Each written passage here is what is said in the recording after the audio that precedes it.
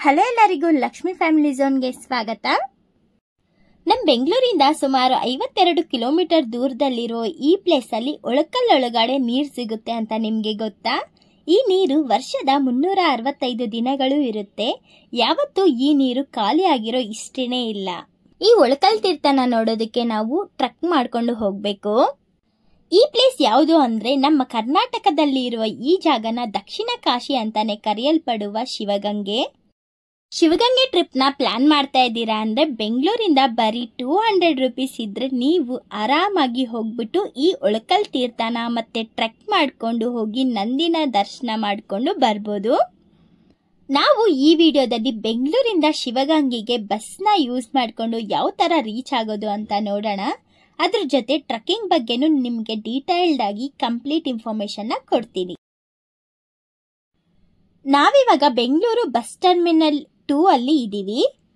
ಶಿವಗಂಗೆನ reach ಆಗೋದಕ್ಕೆ ನಾವು ಬೆಂಗಳೂರಿಂದ ಪುಣೆ ಹೈವೇ ರೋಡ್ ಅಲ್ಲಿ ಸಿಗೋ ದಾಬಸ್ಪೇಟೆಗೆ ಹೋಗ್ಬೇಕು. ದಾಬಸ್ಪೇಟೆಗೆ ಹೋಗೋಕೆ ನಾವು ಬಸ್ ಟರ್ಮಿನಲ್ 2 ಅಲ್ಲಿ ಪಾವಗಡಗೆ ಹೋಗೋ ಬಸ್ಸಸ್ ಈ ದಾಬಸ್ಪೇಟೆ ರೂಟ್ ಅಲ್ಲೇ ಹೋಗೋದು. ಸೊ ನಾವಿವಾಗ ದಾಬಸ್ಪೇಟೆಗೆ ಹೋಗೋ ಬಸ್ಸಸ್ ನ ಹತ್ಕೊಂಡಿದೀವಿ. ಬೆಂಗಳೂರಿಂದ ದಾಬಸ್ಪೇಟೆಗೆ ಹೋಗೋದಕ್ಕೆ ಒಬ್ರಿಗೆ 72 ರೂಪೀಸ್ ನ ಚಾರ್ಜ್ ಮಾಡ್ತಾರೆ. ಬೆಂಗಳೂರಿಂದ ದಾಬಸ್ಪೇಟೆಗೆ ಹೋಗೋದಕ್ಕೆ 1.5 ಅವರ್ ಅಂತೂ ಬೇಕು.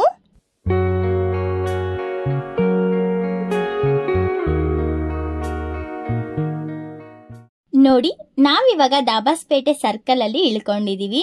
ಇಲ್ಲಿಂದ ಶಿವಗಂಗೆಗೆ ಬರೀ 7 ಕಿಲೋಮೀಟರ್ಸ್ ಇರುತ್ತೆ. ಇಲ್ಲಿಂದ ಹೋಗೋದಕ್ಕೆ ಆಟೋ ಫೆಸಿಲಿಟಿ ಇದೆ ಮತ್ತೆ ಗವರ್ಮೆಂಟ್ ಬಸ್ ಫೆಸಿಲಿಟಿ ಸಹ ಇರುತ್ತೆ. ಗವರ್ಮೆಂಟ್ ಬಸ್ ನೋಡೋದಾದ್ರೆ 30 ಮಿನಿಟ್ಸ್ಗೆ ಒಂದು ಇರುತ್ತೆ. ಇಲ್ಲಿಂದ ಆಟೋದಲ್ಲಿ 30 ರೂಪೀಸ್ ನ ಚಾರ್ಜ್ ಮಾಡ್ತಾರೆ. ಮತ್ತೆ ಪ್ರೈವೇಟ್ ಬಸ್ಸಸ್ ಸಹ ಇರುತ್ತೆ, ಅದು ಕೂಡ 30 ರೂಪೀಸ್ ನ ಚಾರ್ಜ್ ಮಾಡ್ತಾರೆ. ನಾವು ಗವರ್ಮೆಂಟ್ ಬಸ್ ಅಲ್ಲಿ ಏನಾದ್ರೂ ಹೋಗೋದಾದ್ರೆ 12 ರೂಪೀಸ್ ನ ಚಾರ್ಜ್ ಮಾಡ್ತಾರೆ. ನಮ್ಗೆ ಗವರ್ಮೆಂಟ್ ಬಸ್ ಸಿಕ್ಕಿದೆ, ಅದರಲ್ಲಿ ಹೋಗ್ತಾ ಇದೀವಿ. ದಾಬಸ್ಪೇಟೆಯಿಂದ 20 ಮಿನಿಟ್ಸ್ ಶಿವಗಂಗೆಗೆ ಆಗುತ್ತೆ. ಈ ಶಿವಗಂಗೆ ಬೆಟ್ಟದ ವಿಶೇಷ ಏನು ಅಂದ್ರೆ ಈ ಬೆಟ್ಟ ಸಮುದ್ರ ಮಟ್ಟದಿಂದ 4559 ಅಡಿ ಎತ್ತರವಿದೆ.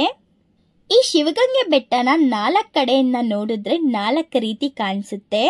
ತುಮಕೂರು ಕಡೆಯಿಂದ ನೋಡೋದಾದ್ರೆ ಲಿಂಗಾಕಾರ ಕಾಣಿಸುತ್ತೆ. ಬೆಂಗಳೂರು ಕಡೆಯಿಂದ ನೋಡೋದಾದ್ರೆ ಬಸವಣ್ಣ ತರ ಕಾಣಿಸುತ್ತೆ. ಮಾಗಡಿ ಕಡೆಯಿಂದ ನೋಡೋದಾದ್ರೆ ಸರ್ಪಾಕಾರ ಕಾಣಿಸುತ್ತೆ.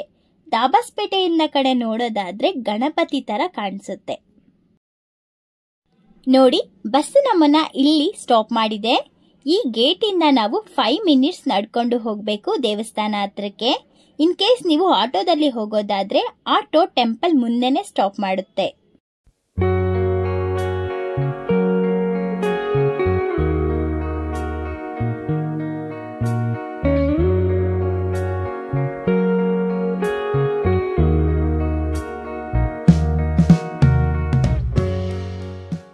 ನೋಡಿ, ನಾವಿವಾಗ ದೇವಸ್ಥಾನ ಹತ್ರ ರೀಚ್ ಆಗಿದೀವಿ.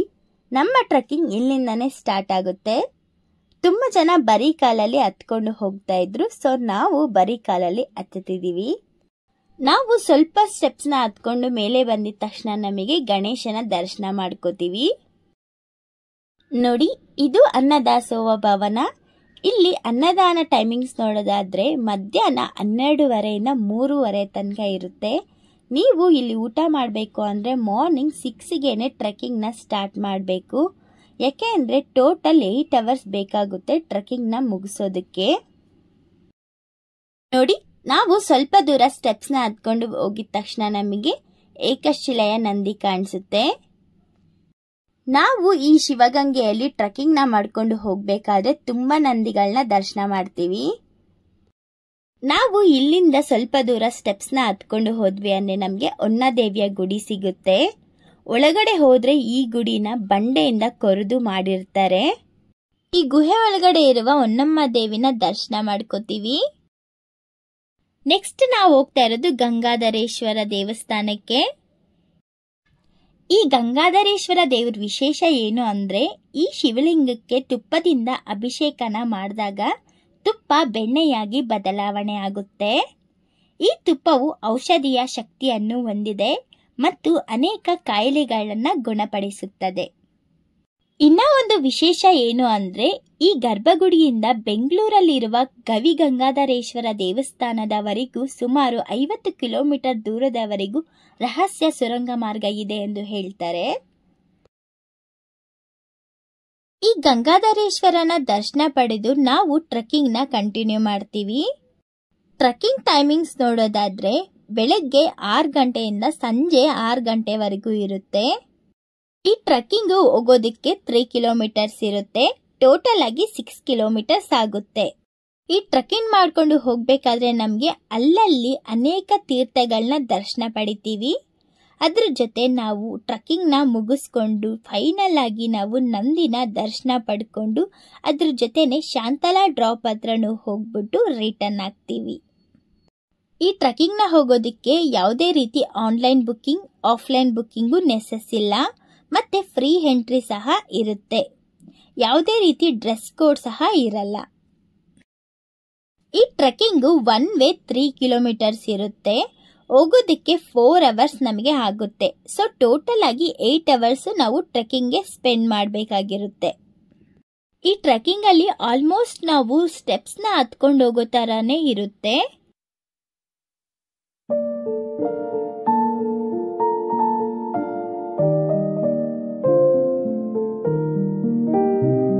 ಈ ಟ್ರೆಕ್ಕಿಂಗ್ ನ ತುಂಬಾ ಜನ ಬರೀ ಕಾಲಲ್ಲೇ ನಡ್ಕೊಂಡು ಹೋಗ್ತಾರೆ. ಮತ್ತೆ ಇನ್ನೂ ಸುಮಾರು ಜನ ಶೂಸ್ ನ ಹಾಕೊಂಡು ಸಹ ಹೋಗ್ತಾರೆ.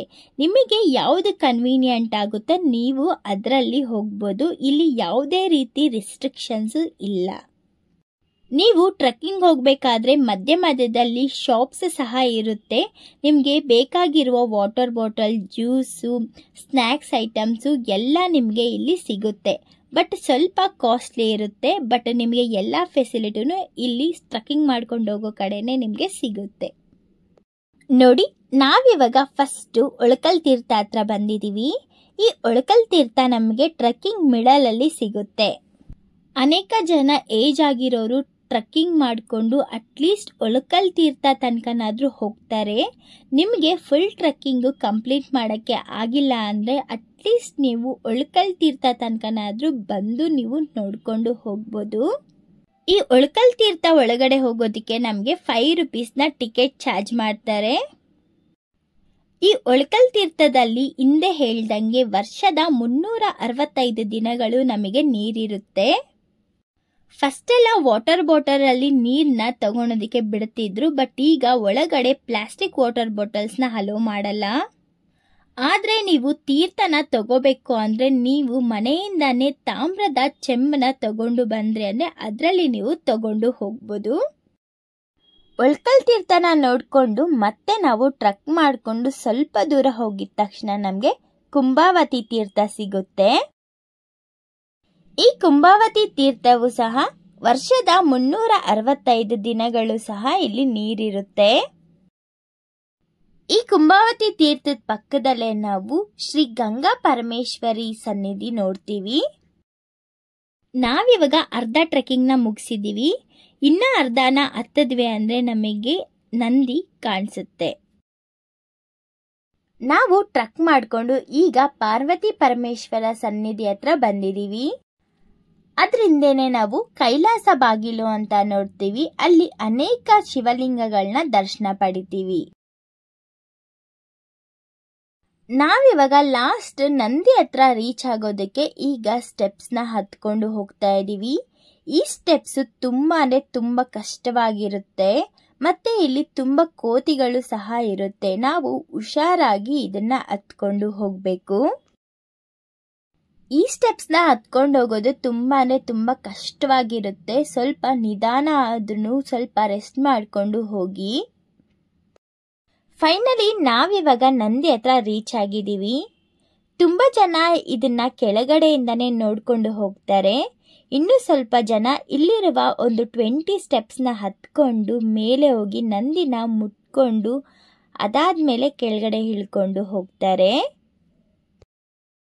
ಈ ಸ್ಟೆಪ್ಸ್ ನ ಹತ್ಬೇಕಾದ್ರೆ ಹುಷಾರಾಗಿ ಹೋಗ್ಬೇಕು. ಯಾಕೆಂದ್ರೆ ಸ್ಟೆಪ್ಸ್ ಸ್ವಲ್ಪ ತುಂಬಾ ಚಿಕ್ಕದಾಗಿರುತ್ತೆ.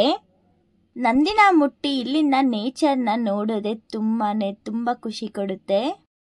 ಈಗ ನಾವು ನಂದಿನ ನೋಡ್ಕೊಂಡು ಶಾಂತಲಾ ಡ್ರಾಪ್ ಹತ್ರ ಹೋಗ್ತಾ ಇದೀವಿ. ವಿಷ್ಣುವರ್ಧನ್ ಅವರ ಹೆಂಡತಿ ಆಗಿದ್ದ ನಾಟ್ಯರಾಣಿ ಶಾಂತಲಾ ಅವರು ಇಲ್ಲಿಂದ ಬಿದ್ದು ಆತ್ಮಹತ್ಯೆ ಮಾಡಿಕೊಂಡ್ರು ಎಂದು ಹೇಳ್ತಾರೆ.